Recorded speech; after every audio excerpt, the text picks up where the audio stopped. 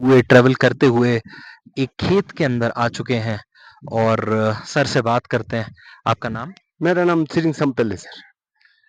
आप क्या करते हैं सर? मैं पहले तो फौज में था सर। फौज में सर्विस करके रिटायर हो गया। अभी 1 साल हो गया। अभी मैं खेती बाड़ी का काम कर रहा हूँ। अरे आप लगते नहीं कि आप रिटायर हो चुके हो। मैं रिटायर हो चुका हूँ सर। मैंने लगभग 32-34 साल फौज में सर्विस किया। उसके बाद मैं रिटायर होकर पिछले साल आया था मैं नवंबर में। अच्छा, तो ये आप इस गांव में कब से रह रहे हैं? मैं बचपन से पैदा इसी में इसी गांव का हूँ सर। तब से मैं इसी गांव में रहता हूँ। फौज में था तब इधर उधर हर जगह घुमा। बाहर गया, दिल्ली, हर जगह, बॉम्बे, हर जगह घुमा मैं, मतलब। उसके बाद मैं रिटायर होकर अभी गांव में थोड़ा खेती बाड़ी कर रहा हूँ सर। तो आप जैसा बता रहे हैं आप यहाँ पे लगभग 40-50 साल से आप इस गांव में हैं हाँ सर, 50 साल। और तो आपसे मतलब हमें जो पूछना है वो ये है कि इन 50 सालों में आपने मौसम में, ये क्लाइमेट में क्या चेंज देखा है आपने?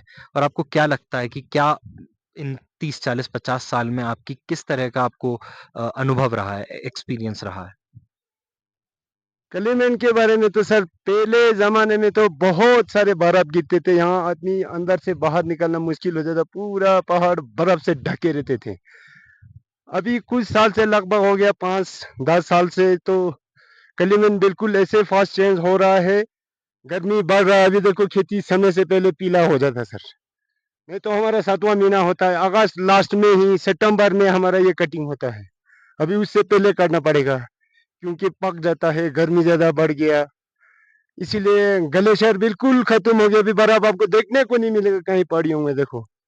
तो इसमें यहाँ आप देखा जो जाए बता अभी, रहे हो ये जो पीछे पहाड़ है इसमें बर्फ होती थी पहले? वो ऊंचे ऊंचे में, यहाँ से सामने वो वाला पहाड़ है ना सर, वो जो काला दिख रहा है, वो पूरा वहाँ गर्मी, जून जुलाई अगस्त तक वहाँ बर्फ दिखाई देता था आपको जगह जगह पर।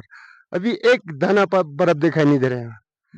कलिंगन में बुरी तरह से चेंज हो रहा है सर यहाँ पर। अभी पता नहीं क्या चक्कर है, क्या है क्या नहीं, ये तो हमको भी पता नहीं। हम साइंटिस्ट तो है नहीं।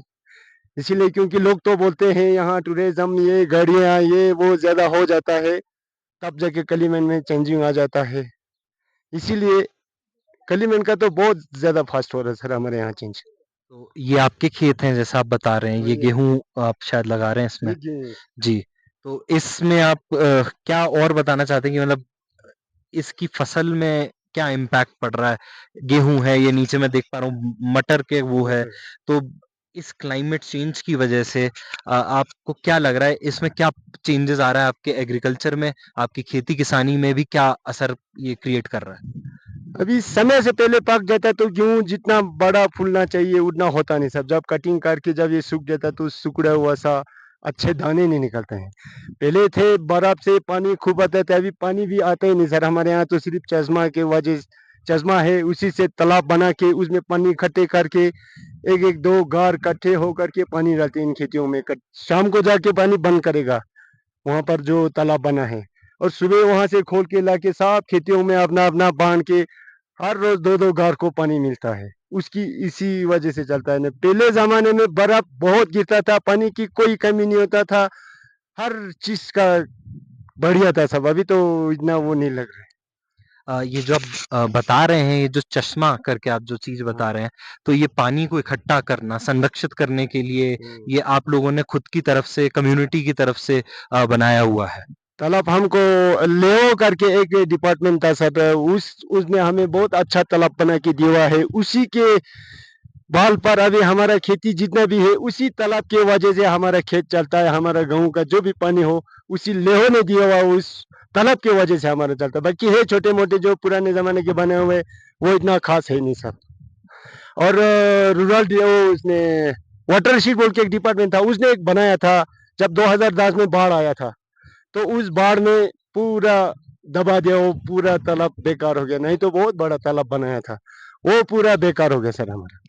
आप कह रहे हो 2010 में यहाँ बाढ़ आया था और आज हम 2024 में खड़े हैं और ये देख पा रहे हैं कि इतनी गर्मी इस समय है हाँ, कि आपका इंटरव्यू हो रहा है, आपको भी पसीना आ रहा है, मुझे भी आ रहा है, बहुत गर्मी है यहाँ पे। तो ये एकदम क्या हुआ ये 10-15 साल में? और उससे पहले आप कह रहे हो कि बर्फ भी थी, फिर बाढ़ भी आई और ये सारी चीजें हुई। तो ये क्या आपको लगता है ये क्लाइमेट चेंज किस हद तक पहुंच चुका है यहाँ पे जो आप देख पा रहे हो? पहले के हिसाब से तो बहुत बुरी तरह बढ़ चुका है सर हमारे यहाँ पर क्लाइमेट। नहीं तो इस टाइम हम अगस्त में तो ठंड बढ़ जाता है, यहाँ हमारा गाँव ऊंचाई पर है सर ज़्यादा, इसीलिए बहुत ठंड होता है। अभी देखो लेक के बराबर यहाँ भी गर्मी है, इसीलिए खेती वगैरह ठीक नहीं होता सर। ये क्लाइमेट चेंज की वजह से हमारे यहाँ पता नहीं क्या चक्कर है, जी। इसीलिए ठीक से नहीं हो पा रहा सर हमारा खेती भी, तो समय आप से पहले पक जाता है।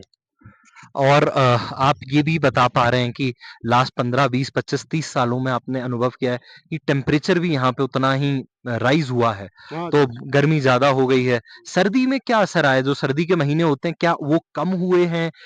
बर्फ़ गिरना का तो आप बता ही चुके हैं, बट क्या जैसे दिसंबर, जनवरी, फ़रवरी, अक्टूबर, नवंबर, अब जो पहले आपके सर्दी के महीने थे, आप कह रहे थे कि अगस्त से ही सर्दी स्टार्ट हो जाती थी यहाँ हाँ। पे, तो अब क्या उन महीनों में कुछ परिवर्तन आया है कि बर्फ़ पड़ने में भी दिक्कत आई है या ठंड के महीने कुछ कम हुए हैं? बर्फ पड़ने में भी दिक्कत है सर, बर्फ नहीं पड़ पाता है। सर्दी के मौसम में दिसंबर जनवरी में फर्स्ट क्लास मौसम, आदमी बाहर ऐसे घूम सकता है। नहीं तो हमारा मोटे मोटे गोंचा बोल के होते हैं, वो ओढ़ के कोट ओढ़ के बनियान ओढ़ के चलना पड़ता है। इस साल तो बिल्कुल ही जीरो हुआ सर, गर्मी ठंडी भी ठंड हुआ ही नहीं सर। जनवरी लास्ट फरवरी में थोड़ा बहुत हवा हुआ चला तो थोड़ा बहुत सर्दी हुआ, नहीं तो इस साल ठंड हुआ ही नहीं। बर्फ जमा नहीं, बर्फ गिरा नहीं, एक बार एक झटका गिरा, बस ऐसे ही पानी कहाँ चला गया, वो सूख साख के खत्म हो गया। ग्लेशियर तो रहता नहीं सर, पता नहीं क्या चक्कर है यहाँ। जी, तो मतलब अब आप ये कहना चाह रहे हैं कि सर्दी के महीने कम हो गए हैं हम्म, और मतलब जो समर्स गर्मी हैं, जो गर्मी है, उसके मंथ ज़्यादा हो गए। ज्यादा हो गया सर, गर्मी ज्यादा बढ़ गया, ठंड कम हो गया सर यहाँ, इसीलिए ग्लेशियर टिकता नहीं, ग्लेशियर पिघल जाता है। बर्फ से ग्लेशियर बन नहीं पा रहा, बर्फ गिर नहीं रहा है, और गर्मी में बारिश भी इतना हो नहीं रहा है। हमारे यहाँ तो बारिश ऐसे भी बहुत कम होता है सर, नीचे के निस्बत से बिल्कुल जीरो बारिश होता है यहाँ पर। वहाँ की तरह गिरेगा तो यहाँ तो पूरा बह जाएगा, कुछ रहेगा भी नहीं। इसीलिए बारिश भी कम होता है, मगर इस साल तो बारिश भी हुआ ही नहीं सर। अभी एक दो बार थोड़ा बहुत हुआ बस, उसके बाद में बारिश भी नहीं हुआ। बर्फ थोड़ा बहुत गिरा, उसके बाद में बर्फ भी नहीं हुआ। अभी क्लाइमेट तो बुरी तरह से चेंज हो गया सर।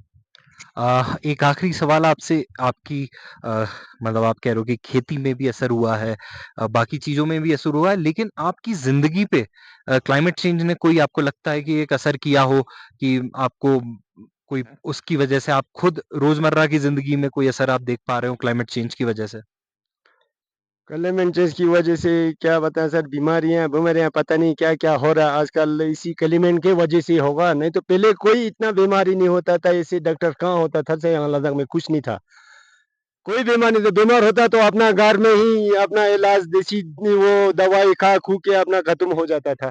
अभी तो बिना डॉक्टर के यहाँ कहीं भी जाओ, पता नहीं इसी क्लाइमेट के वजह से ही तो हो रहा है सर। नहीं तो किस लिए होना, इतना बीमारी बढ़ जाना है क्लाइमेट की वजह से हो रहा है।